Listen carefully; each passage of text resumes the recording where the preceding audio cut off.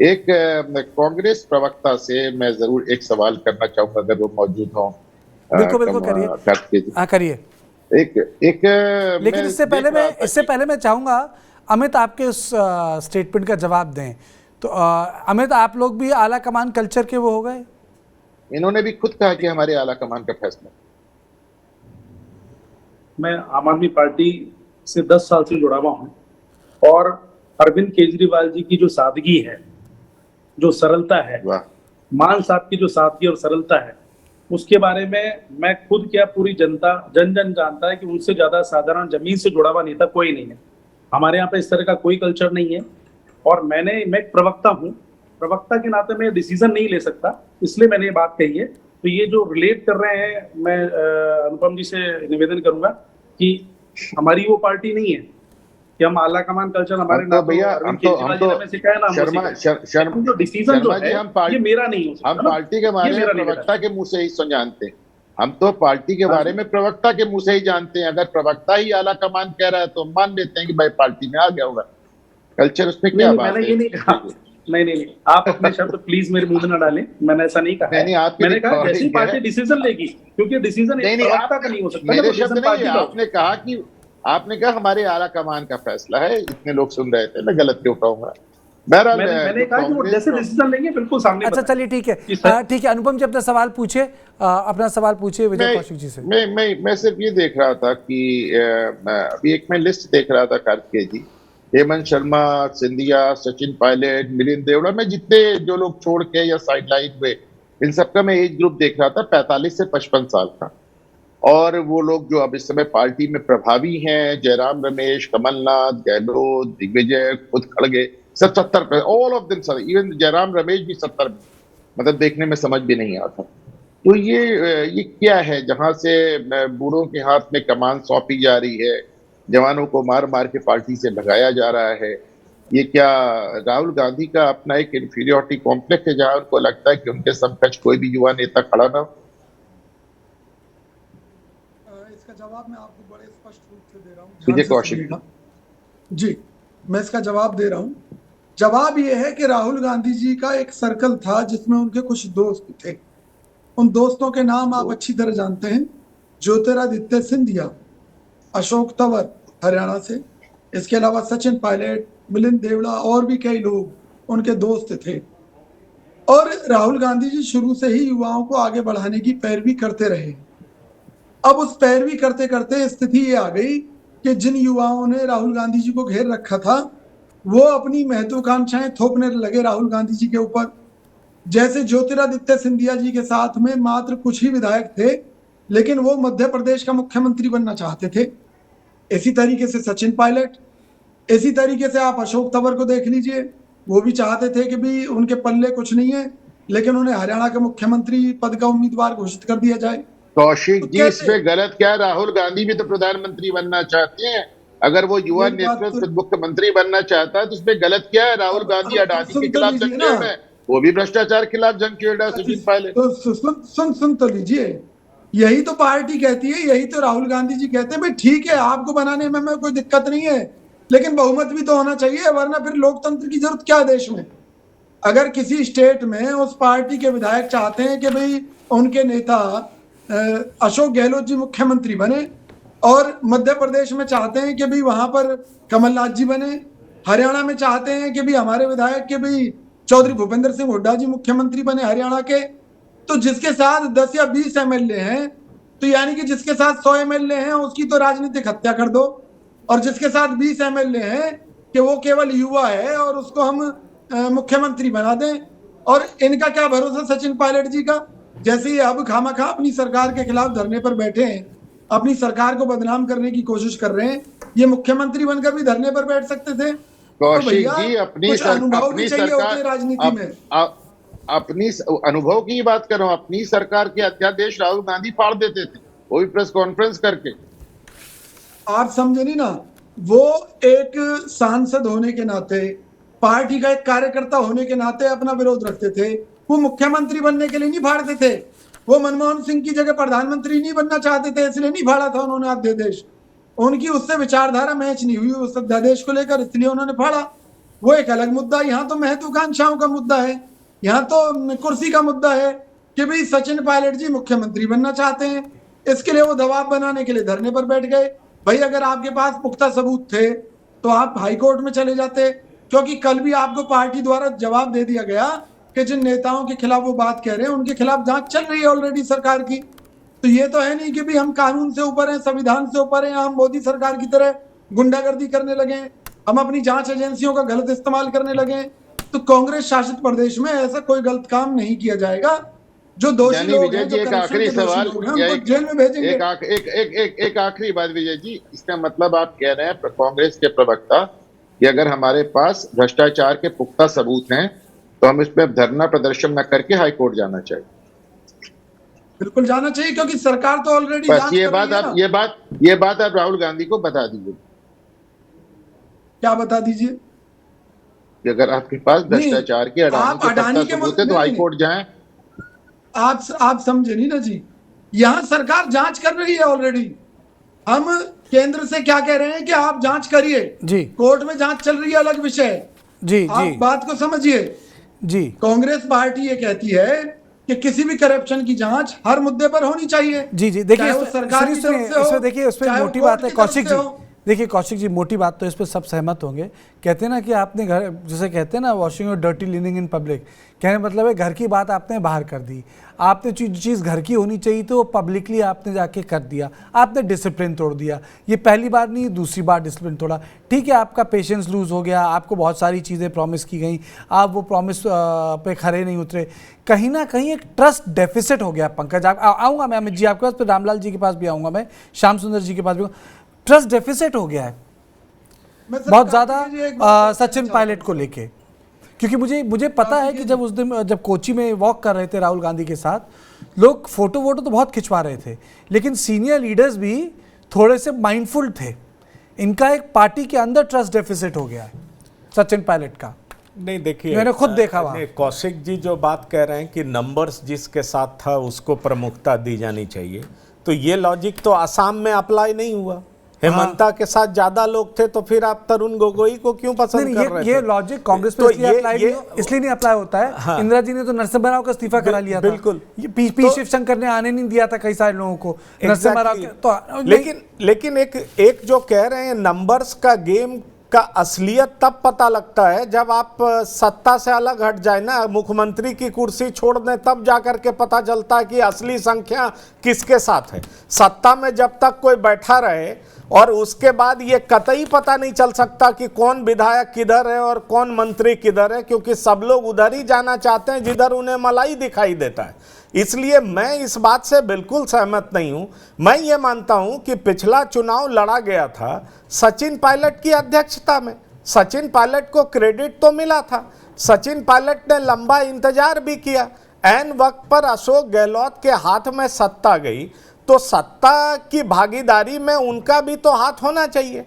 अब देखिए, इस बार उन्होंने केंद्रीय नेतृत्व के विरोध में जाकर के जरूर धरना किया है, लेकिन उससे पहले जब भी उन्होंने विरोध किया है तो उसमें कहीं ना कहीं केंद्रीय नेतृत्व का साथ दिखाई पड़ता था, और तभी वो केंद्रीय नेतृत्व सरकार गिरा रहे थे राजस्थान के अंदर, क्या तब भी केंद्रीय नेतृत्व नहीं, लेकिन केंद्रीय नेतृत्व नहीं, केंद्रीय नेतृत्व ने मुख्यमंत्री बनाया गया, उनको प्रदेश अध्यक्ष बनाया गया, और क्या चाहिए? नहीं, केंद्रीय नेतृत्व ने उनको पनिश तो नहीं किया ना, साथ लाया, कुछ शर्त पर लाया होगा साथ, कुछ आप कह रहे हैं नहीं, आप इसका जवाब दीजिए ना कि क्यों उनको साथ लाया। क्या इसलिए लाया था कि केवल खाली आप डुगडुगी बजाते रहिएगा? ऐसे कोई सत्ता में रहता है क्या? नहीं, ये इतने भोले तो कोई नहीं है ना। हम और आप सत्ता सियासी पार्टी में कोई भी लोग जब राजनीति करता है तो उसकी महत्वाकांक्षाएं तो होती हैं, और सवाल यह है कि महत्वाकांक्षाएं जब पूरी नहीं होती तो वो कई बार रिबेल भी करता है। हाँ ठीक है, आप जो कह रहे हैं कि अभी किसके साथ कितने नंबर्स हैं,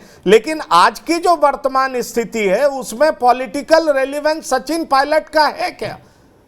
ये बताइए, क्या वो संगठन में कुछ हैं? क्या वो सरकार में कुछ हैं? कुछ ही पहले उन्होंने प्रदेश के मुखिया ने गद्दार तक कह दिया। क्या वो अपनी बात वापस ले रहे हैं? आखिरकार केंद्रीय नेतृत्व उनको कैसे सम्मानित करेगा, कैसे प्लेकेट करेगा? ये सवाल तो सचिन पायलट पूछना चाह रहे होंगे ना, और लंबे समय से वो पूछ रहे हैं, लेकिन उसका जवाब नहीं मिल रहा है। सुनिए, मैं उनके जवाब दे देता हूं। कार्तिकेय जी, देखिए, सचिन पायलट जी के जो मुद्दे हैं, जो बेचैनी है, जो परेशानी है, पार्टी हाईकमान उन्हें समझता है, ऐसी बात नहीं कि नहीं समझता है, लेकिन किसी भी चीज का एक समय होता है। ऐसा नहीं है कि भाई अभी चुटकी बजाई और अभी उनकी बीमारी दूर हो गई। उनकी बीमारी जब इतने साल पुरानी है तो समय तो लगेगा। उन्हें चाहिए तो ये था कि भी अब चुनाव आने वाले हैं, वो अपने सिस्टम को मजबूत करते, कार्यकर्ताओं के बीच में जाते, कांग्रेस पार्टी को और मजबूत करते, हमारी पार्टी की जीत सुनिश्चित करते। उसके बाद में जब जो आदमी काम करेगा, निश्चित तौर पर सबसे ज्यादा विधायक फिर उसी के साथ होंगे जब काम करेगा। और जब हमारी सरकार बनेगी तो कोई अशोक गहलोत जी की बपौती थोड़ी नहीं है। इससे पहले भजन लाल जी को हटाकर उनकी जगह भूपेंद्र हुड्डा जी को सीएम बनाया गया था। मान लीजिए अमरिंदर सिंह जी को हटाकर चन्नी को बनाया गया, लेकिन समय था ना जब पार्टी हाईकमान को लगा कि भी अब समय है, भूपेंद्र एक नए चेहरे हुड्डा पर फिलहाल दाव लगा सकते हैं। भजन तो लाल जी जरूर के से प्रोटेस्ट के बावजूद हुड्डा जी बने थे। मैं तो वही तो कह रहा हूँ ना जी, एक लाइन का प्रस्ताव जब पारित प्रदेश करते हो। अध्यक्ष श्री भजन लाल और जी सचिन पायलट को उस टाइम मुख्यमंत्री बनाने की बात आए तो आप कहते हो कि बहुमत नहीं है, संख्या बल नहीं है। नहीं, आज के समय में आप क्या चाहते हैं? मतलब कांग्रेस पार्टी अपनी सरकार गिरा ले, जबरदस्ती गिरा ले? नहीं, मैं तो ये कह रहा हूँ ना, मैं तो ये कह रहा हूँ ना, दोहरे मापदंड क्यों? मापदंड एक रखो ना। आप दोहरे मापदंड को मुख्यमंत्री बनाना हो तो कहते हो कि आलाकमान फैसला करेगा, एक लाइन का प्रस्ताव पास कर दो। आप समझ नहीं ना भाई साहब। किसी को मुख्यमंत्री नहीं बनाना हो तो आप कहते हो कि बहुमत नहीं है इनके पास, विधायक इनके पास नहीं है, तो दोहरे मापदंड क्यों रखते हो? बात को मापदंड समझिए, एक रखो ना। बड़ी हमारी सीधी तरह सी बात गाँव में भी समझ हमारा लीजिए। संसदीय जो बोर्ड है वो ना, तय ना, करेगा ना, ना। कौन चला रहेगा कौन चला नहीं हुड्डा रहेगा। जी, ना, हुड्डा जी को जब बनाया था तब बहुमत उनके साथ था, हुड्डा जी के सारे विधायक उनके पास आ गए थे।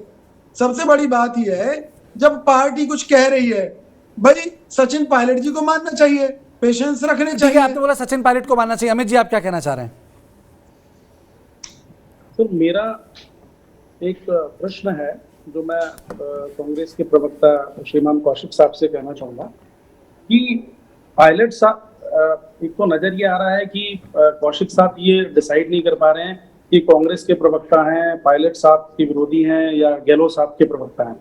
मेरा निवेदन यह है कि भ्रष्टाचार के खिलाफ जब आवाज उठाई जा रही है, और वो भी विपक्षी पार्टी के जो नेता, जो पूर्व मुख्यमंत्री थी, जब अशोक गहलोत साहब ने ये खुल के कहा था सत्ता में आने से पहले कि हम जो लोग हैं इन सत्ता में आने के बाद इनके खिलाफ कार्रवाई करेंगे, तो कौशिक साहब के मुंह से एक बार भी पूरी डिबेट में ये शब्द नहीं निकले हैं कि हाँ हम लोग वसुंधरा राजे जी के खिलाफ हैं, उनके भ्रष्टाचार के खिलाफ हैं। तो क्या ये बात मेरी इस बात की पुष्टि करता है कि अशोक गहलोत जी और वसुंधरा राजे जी दोनों एक ही हैं, और इनका कहना यह है कि बड़े शौक से मेरा घर जला, कोई आंच ना तुझ पे आएगी, ये जुबा किसी ने खरीद ली है, ये कलम किसी के गुलाम है? क्या ऐसा है?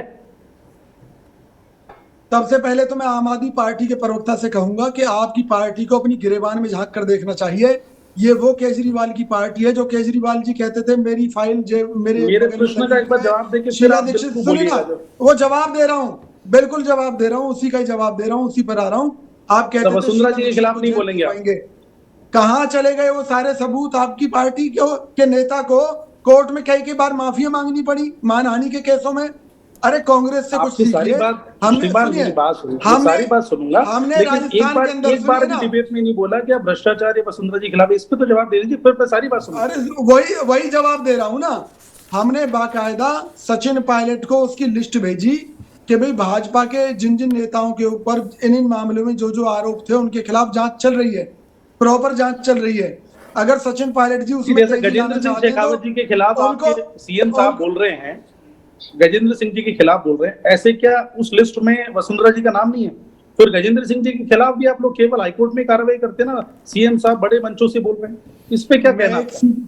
मैं एक सीधी सी बात कह रहा हूं, आम आदमी पार्टी वसुंधरा सरकार के खिलाफ सबूत दे दे, वसुंधरा राजे के खिलाफ, हम वसुंधरा राजे को भी जेल में डाल देंगे, अगले 24 घंटे में ही डाल देंगे। तो आप सत्ता जिस दिन आएगी तो आपसे पूछेंगे नहीं। सुनिए, अरे सुनिए ना मेरी बात। आप लोगों ने देश के साथ धोखा करने की हमेशा से अपनी हैसियत दिखा दी है। जिस तरह से खालिस्तानियों के साथ मिलकर आपने पंजाब में सरकार बनाई, पंजाब को जलाया, दिल्ली की जनता के साथ छल किया, तो तो जनता वापस आपको समझ मेरी- चुकी है, एक मिनट, आपका एक मिनट, ऐलान एक मिनट, है। आप दोनों को मैं रोकना चाहूंगा। सुनिए, आप दोनों को रोकना चाहूंगा क्योंकि यहाँ मेरा एक सवाल है। नहीं, आप भी पूछ लीजिएगा। एक चीज रामलाल जी से भी पूछ लेते हैं, आप लोगों की मुख्यमंत्री कैंडिडेट वसुंधरा राजे सिंधिया ही है ना? Ramlal ji, she is the chief ministerial candidate. लगता है फ्रीज हो गया सर सब। रामलाल जी की भी आवाज नहीं निकल रही अब। नहीं, वेट करेंगे, हम वेट करेंगे। रामलाल जी, लगता है टेक्निकल ग्लिच है। हाँ पंकज जी। विजय कौशिक जी, आप पायलट सचिन पायलट जी को विद्रोही कह रहे हैं, तो क्या अब आप उनके साथ काम कर सकेंगे या उनको अब पार्टी से निकालने का रास्ता पूरे तरीके से तैयार कर देंगे, हर हाल में उनके साथ काम नहीं करेंगे? कांग्रेस पार्टी एक परिवार है। हमारे किसी सदस्य की अगर कोई मति खराब हो गई है तो निश्चित तौर पर हम उसे गले लगाएंगे, समझाएंगे। अगर फिर भी ना मानेंगे तो कार्रवाई की बात बनती है। उन परिस्थितियों में पार्टी जो भी निर्णय लेगी, हमारी पार्टी के अध्यक्ष मल्लिकार्जुन खड़गे जी जो भी निर्णय लेंगे वो पूरी पार्टी को स्वीकार होगा। लेकिन अभी भी हमारी कोशिश यही है कि सचिन पायलट भाजपा की साजिश में ना फंसे, भाजपा का मोहरा ना बने। उनकी जो शिकायतें हैं निश्चित तौर पर वो पहले भी दूर की गई थी और आज भी जो मुद्दा वो उठा रहे हैं उस मामले में मुकदमे दर्ज हैं, उनमें जांच चल रही है और कानून के मुताबिक कार्रवाई जारी है और जो दोषी होंगे किसी को बख्शा नहीं जाएगा। करप्शन को लेकर जितनी बड़ी कार्रवाई राजस्थान सरकार द्वारा की गई है वो देश में अपने आप में एक रिकॉर्ड है। ये भी आप सुन लीजिए, भ्रष्टाचारियों के खिलाफ जो एक्शन राजस्थान सरकार ने लिए हैं, चाहे रिश्वत लेते हुए पकड़े जाने को लेकर, चाहे किसी भी तरह के घोटाले को लेकर, वो अपने आप में राजस्थान जैसी मिसाल आप किसी दूसरे स्टेट की नहीं दिखा सकते हैं। और मैंने कहा है कि सचिन पायलट जी को हम निश्चित तौर पर समझाएंगे, मनाएंगे, फिर भी वो नहीं मानेंगे तो मैंने कहा ना कि भाई कालिदास अगर वो बनना चाहते हैं तो बन जाए। वसुंधरा जी के खिलाफ आपके 5 साल पूरे होने वाले हैं, जांच कब पूरी हो जाएगी? जांच तो मैं कह तो रहा हूं कि जो भी देखिए, अब यही दिक्कत है कि सारे सवाल सचिन पायलट ने पूछे, भारतीय जनता पार्टी ने उसके कोई जवाब नहीं दिए। जवाब कांग्रेस के प्रवक्ता दे रहे हैं। सचिन पायलट ने इतनी बाइंड में कर दिया है पार्टी को, सवाल पूछ के तो उन्होंने अपना अनशन तो खत्म कर दिया, वो तो हाथ झाड़ के निकल गए। अब जितने प्रवक्ता हैं जवाब उनको देने पड़ रहे हैं। जांच हुई, जांच कहाँ पहुंची, किस स्टेज पे पहुंची, उस पर कौन सा पेपर गया। अल्टीमेटली मोटी बात यह है कि सचिन पायलट ने आज अपनी पार्टी और अपने नेतृत्व को एम्बैरेस किया है। ये इनडिसिप्लिन है, सीधा सीधा उसको दूसरे शब्दों में नहीं कहा जाता। मुख्यमंत्री नहीं बने भाई, life is not fair, politics is also not fair. यही पॉलिटिक्स का वो होता है कि आप नहीं कह सकते। कैसा लगता होगा लाल कृष्ण आडवाणी को, जिस पार्टी को उन्होंने जहां पहुंचाया आखिरी मिनट में वो गायब थे सिस्टम से। क्यों भाई? पार्टी का मन था कि उन पार्टी में सेंटिमेंट था, तो उनके नेतृत्व में लड़ा गया, नहीं बन पाए। लेकिन पार्टी का सेंटिमेंट था मोदी को लेके, जहां सेंटिमेंट था वहां पूरा नेतृत्व चला गया। तो उस पर कहना कोई चीज़ फेयर है अनफेयर है वो बेकार की बात है। मैं क्लोजिंग कमेंट लूंगा हमारे जो 2 पत्रकार मित्र हैं उनसे। एक लूंगा मैं अनुपम जी से और दूसरा मैं श्याम सुंदर जी से लूंगा। श्याम सुंदर जी, आपको लगता है ये आखिरी दांव खेल दिया? देखिए, storm in the tea cup है। नहीं, देखिए, विजय मिश्रा जी, विजय शर्मा जी जो बोल रहे थे, जांच कहाँ चल रही है कमीशन। देखिए, माथुर आयोग बनाया था, बिना एक्ट के बनाया था। विधानसभा में क्या कहा था मुख्यमंत्री जी ने, आपको पता है? कहाँ जांच चल रही है? अब देखिए, जो आप यहाँ पर आके तथ्यों के खिलाफ चीजें बोल रहे हो। विधानसभा में मुख्यमंत्री जी ने घोषणा की थी, हम हरियाणा बाकी राज्यों की तरह नहीं करते कि एक को जेल में डालें, उसको जेल से बाहर निकालें। हमारे यहाँ तो भाईचारा चलता है और हमारे यहाँ बहन बहन का रिश्ता है ना प्रगाढ़। मुख्यमंत्री जी ने खुद ने कहा कि माधवराज सिंधिया मेरे मित्र थे, उनकी ये छोटी बहन है तो मेरी बहन है। ये विधानसभा में रिकॉर्डेड मामला है। विजय जी, आप जिस तरह का तथ्य रख रहे, कम से कम तथ्यों को तो सही रखो। अगर बहुमत सही आया होता, अगर 99 सीटें आई, इसके कारण मुख्यमंत्री सही बात कह के चले गए। इनका कट गया। अगर वो बोलिए श्याम जी। नहीं, मैं कह रहा कार्तिक जी, स्पष्ट बहुमत नहीं आया था, 99 सीट आई थी, इसके कारण मुख्यमंत्री अशोक गहलोत थे। अशोक गहलोत तो राष्ट्रीय महामंत्री थे, दिल्ली में काम कर रहे थे, राजस्थान में तो थे ही नहीं। बहुमत आने जब आ गया तो कहा मेरे लोग जीत के आए हैं, जो आपके साथी जीत के आए हैं, जो विधानसभा में आपके समर्थन करते हैं, वो कांग्रेस वालों ने तो विरोध किया ना उनका। उसके बाद आप जिस तरह की बातें कर रहे हो कि सचिन पायलट ने तो कुछ किया ही नहीं पार्टी के लिए, देखिए जयपुर से मैंने कब कहा कि नहीं झालावाड़ किया? तक पैदल यात्रा की थी, तो ये आप जिस गलत तरह की बात कह रहे हैं। अरे आप राजस्थान में गलत कांग्रेस, सुनिए ना, बताइए, आप गलत कह रहे हैं, नहीं गलत कैसे बात, नहीं नहीं, झूठ मत आप बोलिए आप। विधानसभा में बोलते हैं क्या? मैंने मैं कब विधान ना ना ना, खबर करता हूँ, आप जिस तरह की बातें पार्टी कर के रहे लिए हैं, मैं अपनी बात रख दूं। नहीं, अरे वो बगावत 25 सितंबर की याद है ना, जिन्होंने 3 पार्टी के लोगों ने बगावत की थी, आज उनके खिलाफ क्या हुआ? आप कहने किससे? और अशोक गहलोत को माफी मांग के अच्छा, क्यों मैं आनी बोल पड़ी लूं, सोनिया गांधी से? आप बताइए ना अब उसके मैं बाद। बोल लूं अपनी इसके बात, बाद कह दूं। पायलट ने तो कुछ किया ही नहीं, पता नहीं आप अब कहाँ मैं पे अपनी किस बात, राजनीति अब आप, मैं अपनी बात कह दूं मैं आपसे। तो मैंने देखिए सुना है आपकी बात। की बात अरे है, सुनिए, सुनिए, आप सुनिए, मेरी बात को बाद में बोल लेना, सुनाना मैं चाहते आपकी हैं, आप सुनना ही नहीं चाहते। आप सवाल कर रहे हैं, मेरी बात रखने दीजिए। मैं ये पहले आप कहना चाहता हूँ, मेरी बातों को ना रख ना, लेने मैं दो, ये कह रहा हूँ क्लियर कट। से बोलोगे तो क्या ना। आपकी मैंने बात सुन ली ना? मैंने कहाँ सुनी? मैंने मेरी आपकी पता- बात सुन ली। अरे अरे आप सुन तो लो ना, जो मैं बोल रहा हूँ, मैंने क्या जिस प्रकार से आप बातें कर रहे थे, जांच चल रही है, कहाँ जांच चल रही मुझे तो नहीं पता पड़ा।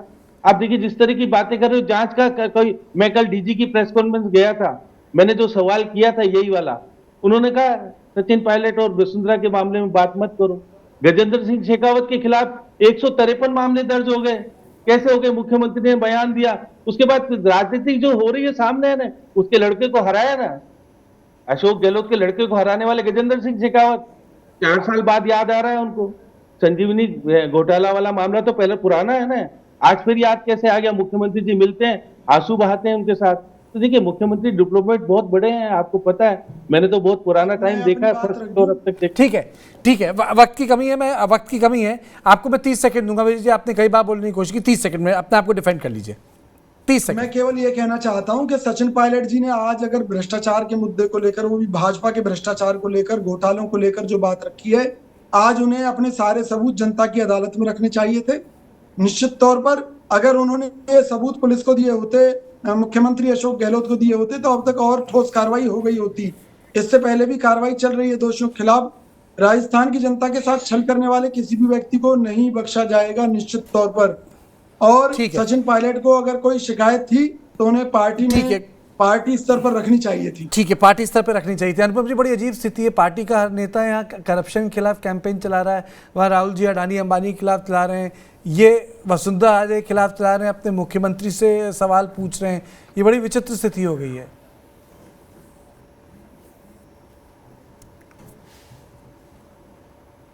आवाज आपकी अनम्यूट।